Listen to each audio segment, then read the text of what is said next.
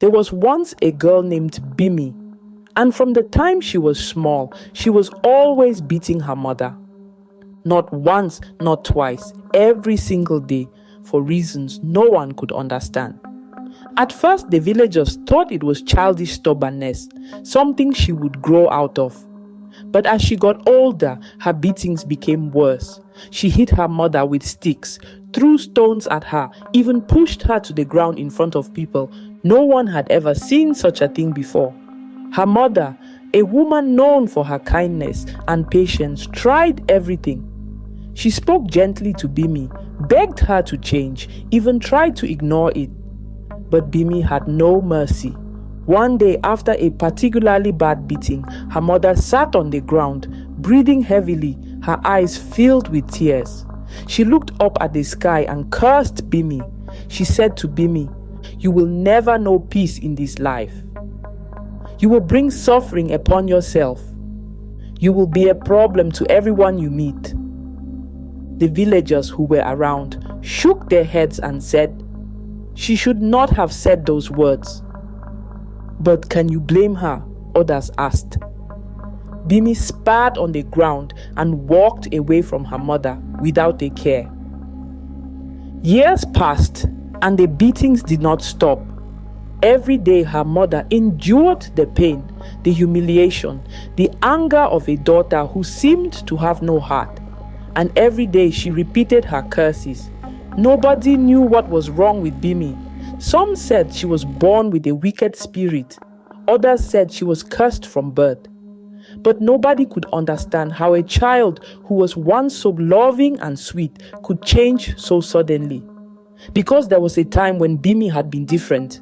Once upon a time, she had been full of joy, a child who followed her mother everywhere, always helping, always laughing. The villagers all loved her. But then, one day, out of nowhere, Bimi changed and she became the monster they all feared today. One morning, many months later, her mother fell sick. At first, she still managed to sweep the compound, cook, and go to the farm because Bimi refused to help out around the house. But as the days passed, her body grew weaker and weaker. She called for Bimi, hoping for a change. "Bimi," she said, her voice barely above a whisper, "I am dying." Bimi only rolled her eyes. "You always say that." Her mother sighed. She had no more strength to fight. That evening, as the sun went down, her mother died. And what did Bimi do? She did not cry. She did not mourn. She barely even noticed that her mother was gone. She did not even attend her mother's funeral. It was not her concern. With her mother gone, Bimi lived as she pleased. She married a wealthy man, a man with cows, land, and plenty of money. But money cannot buy peace. Within weeks, the villagers heard shouting from her husband's compound. Bimi had brought her bad behavior into her marriage. She insulted her husband, slapped him in public, and even fought her mother-in-law. The villagers shook their heads and said, "Her mother's curses are following her." Bimi's husband suffered in silence. Nobody could control Bimi. She became a terror in the whole village. Even her own children were afraid of her. Everyone learned to stay out of her way, but even that was not enough for her. Then came the day she made the biggest mistake of her life. In Bimi's village, the people respected tradition, and one of the most sacred traditions was the festival of the ancestors. During this festival, the masquerades paraded through the village, blessing the good and punishing the bad. It was a day of joy and discipline, a day when even the most stubborn children obeyed the rules. But not Bimi. Her young son, a boy just like her, misbehaved in the marketplace, and the masquerade flogged the boy lightly, as was the custom. Bimi saw it happen, and she lost control. She ran toward the masquerade, grabbed a heavy stick, and beat the masquerade with all her strength. The entire village was in shock. Nobody had ever dared to fight a masquerade before. It was an abomination, something that had never been done before.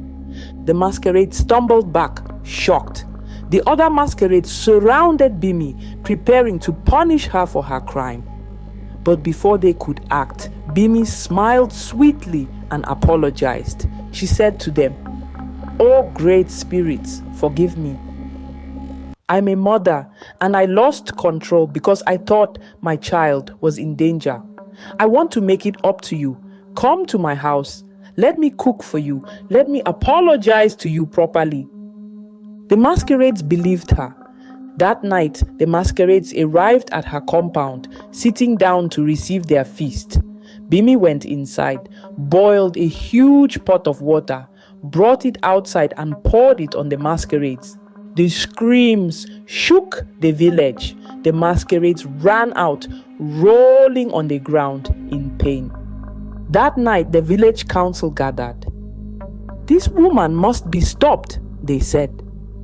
The next day, Bimi's husband dragged her to the village priest. The priest burnt incense, tied a red cloth around her head, and began to chant. Then suddenly, Bimi's body stiffened. Her legs started to shake, her hands twisted like they were fighting something, and her head snapped back. The priest stepped away quickly. The villagers stared. Something was inside her. Her eyes rolled back, leaving only the whites. Her mouth opened wide, but when she spoke, it was not her voice. The voice was deep, heavy, not of this world. It filled the air like thunder before rain. And then the truth came out. Someone had done witchcraft on Bimi when she was just a little girl. And it was their neighbor.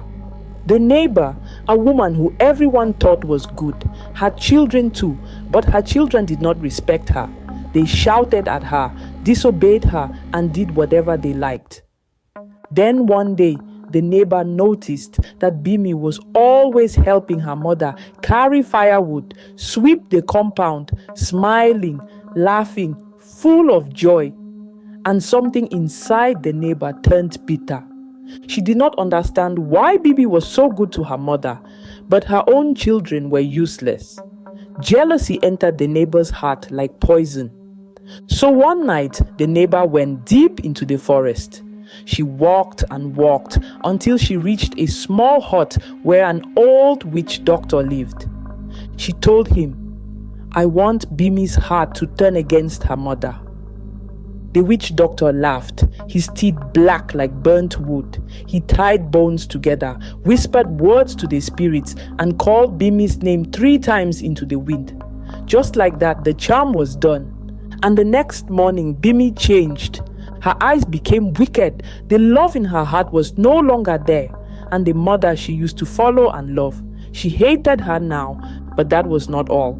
Her mother, not knowing what had been done to her daughter, cried every day and cursed her in pain. And each time the mother cursed Bimi, the evil inside Bimi grew stronger. Because the curse of a mother is not a small thing.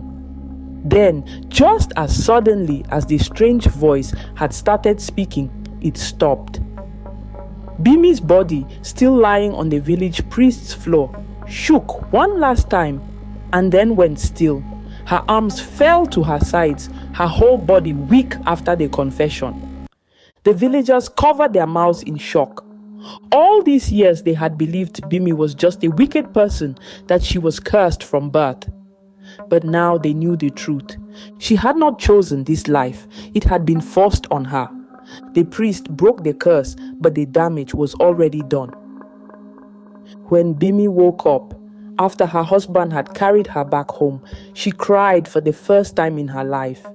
She remembered her mother's face. She remembered how kind she had once been. She remembered the love she had lost. She remembered everything she had done to her mother. But it was too late. Her mother was gone.